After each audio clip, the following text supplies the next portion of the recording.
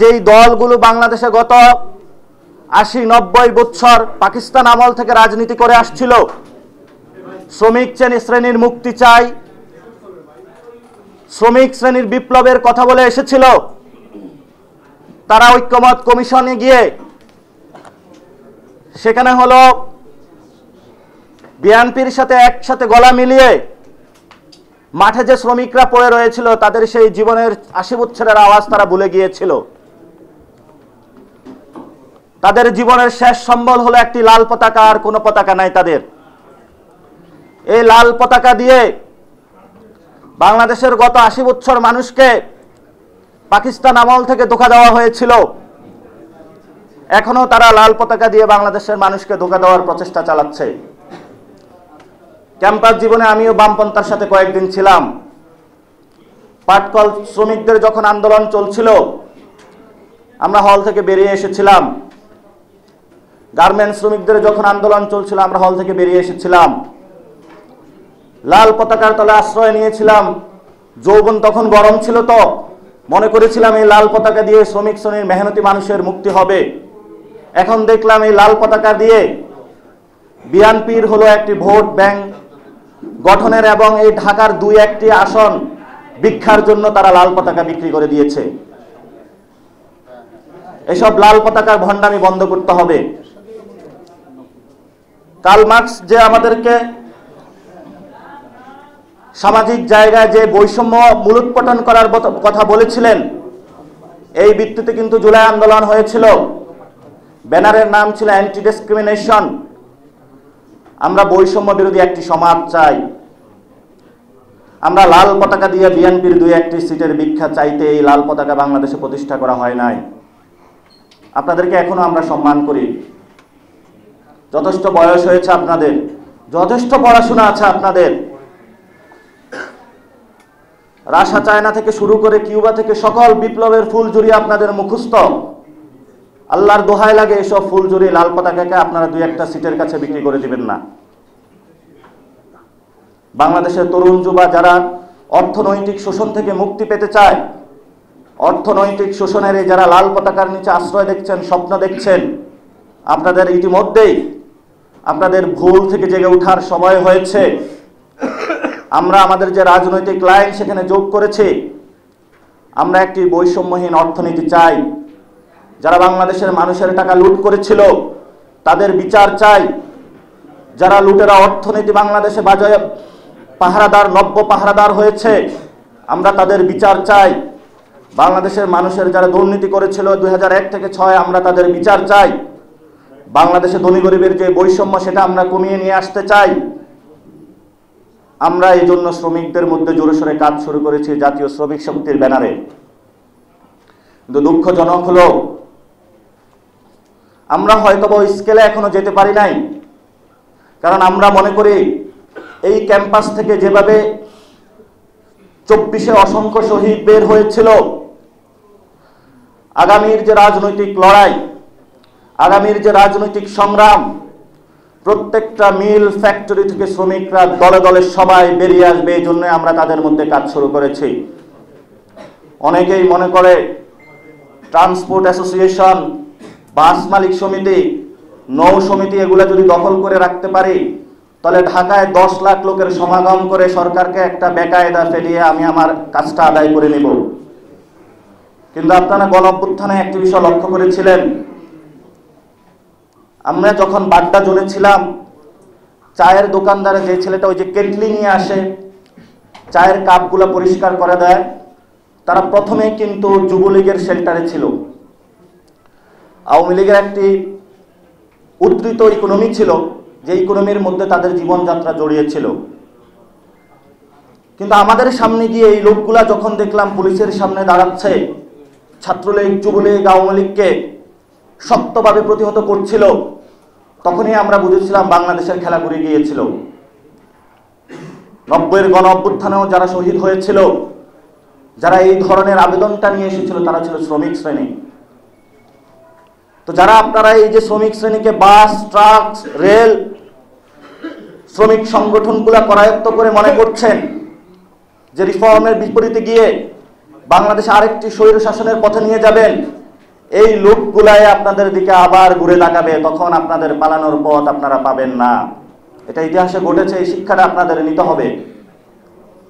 আমরা বিএনপি জামায়াত কারো বিরোধী নই।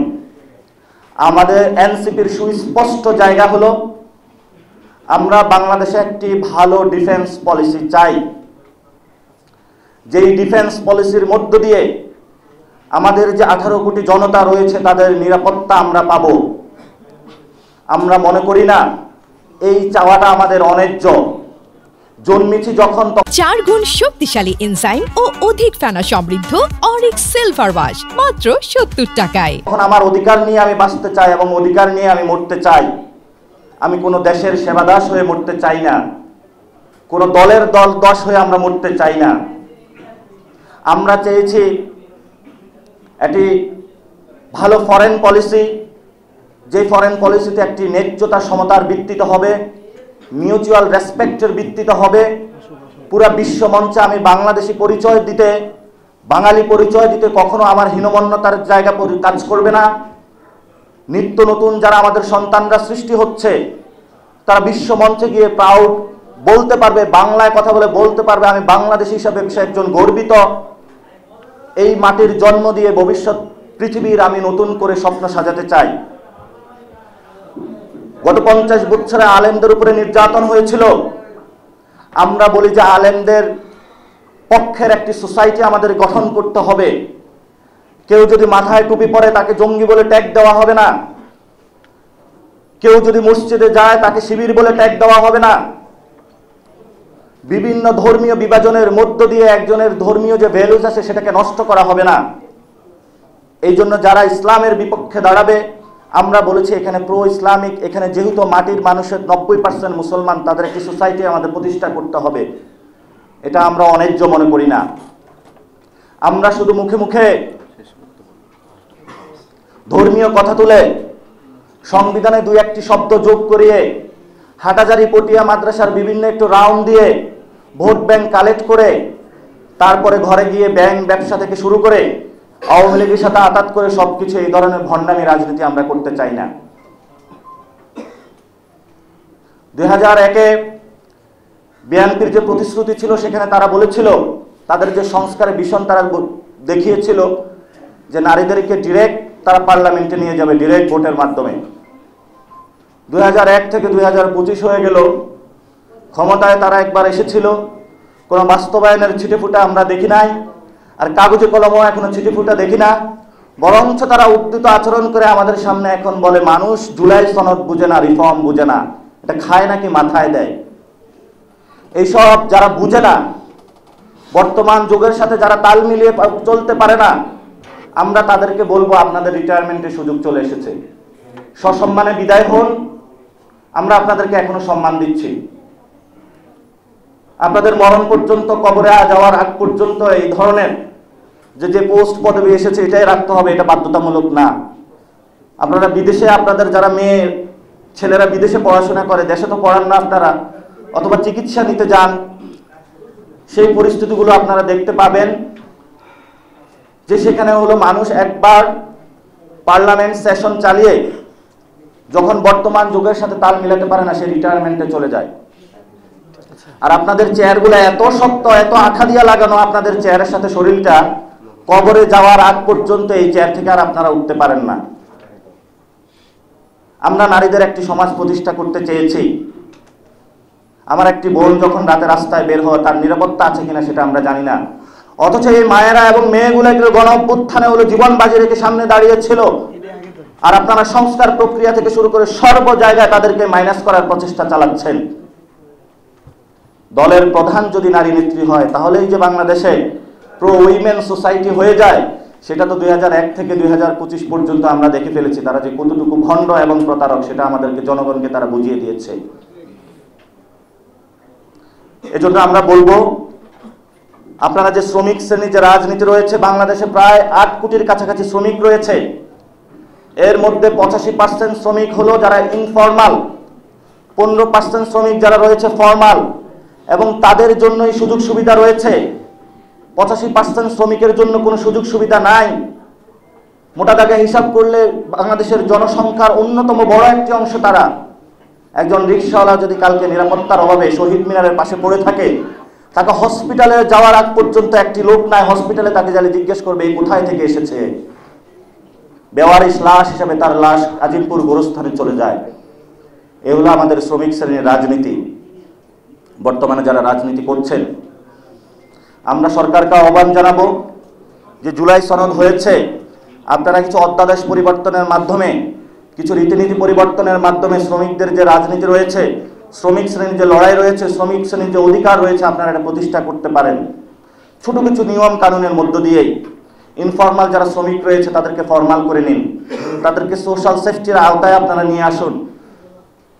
আপনি সারাদিন একজন শ্রমিকের উপরে ডিপেন্ড করে, কাজের বুয়া থেকে শুরু করে বাসার দারোয়ান থেকে শুরু করে বাজার করা, যে সবগুলো শ্রমিকের উপরে আপনার জীবন হলো ডিপেন্ডেন্ট। কিন্তু যখন ভাগ বটোয়ারা আসে, ভাগের সময় হলো যে দারোয়ান তার কোনো ভাগ নাই, যে হলো কাজের বুয়া তার কোনো ভাগ নাই, যে হলো বাজার করে তার কোনো ভাগ নাই, যে রিকশাওয়ালা তার কোনো ভাগ নাই। এই হলো আমাদের সমাজ ব্যবস্থা। এরকম উল্টো একটি সমাজ যাত্রায় আমরা বিশ্বাসী নই। জাতীয় নাগরিক পার্টি এটা নিয়ে কাজ করছে। আমাদের কাছে ভোটের চেয়ে জনগণ বড়। জনগণ যখন জয়ী হবে তখন হয়তো ব্যালট রেগুলেশন হবে অথবা বুলেট রেগুলেশন। এই দুই রেগুলেশন ছাড়া আমরা কোনো রেগুলেশন আর বিশ্বাসী না। যখন আমাদের রক্তের প্রয়োজন হবে আমরা বুলেট রেগুলেশনে নামবো, যখন আমরা গণতান্ত্রিক প্রক্রিয়ায় হাঁটবো তখন আমরা ব্যালট রেগুলেশনে যাব। দেখি কত সাহস আর কত বড় কলিজা আগামী ব্যালট রেগুলেশনে তারা কি করতে পারে। ইনশাআল্লাহ এই নির্বাচনে আমরা দেখে নিব।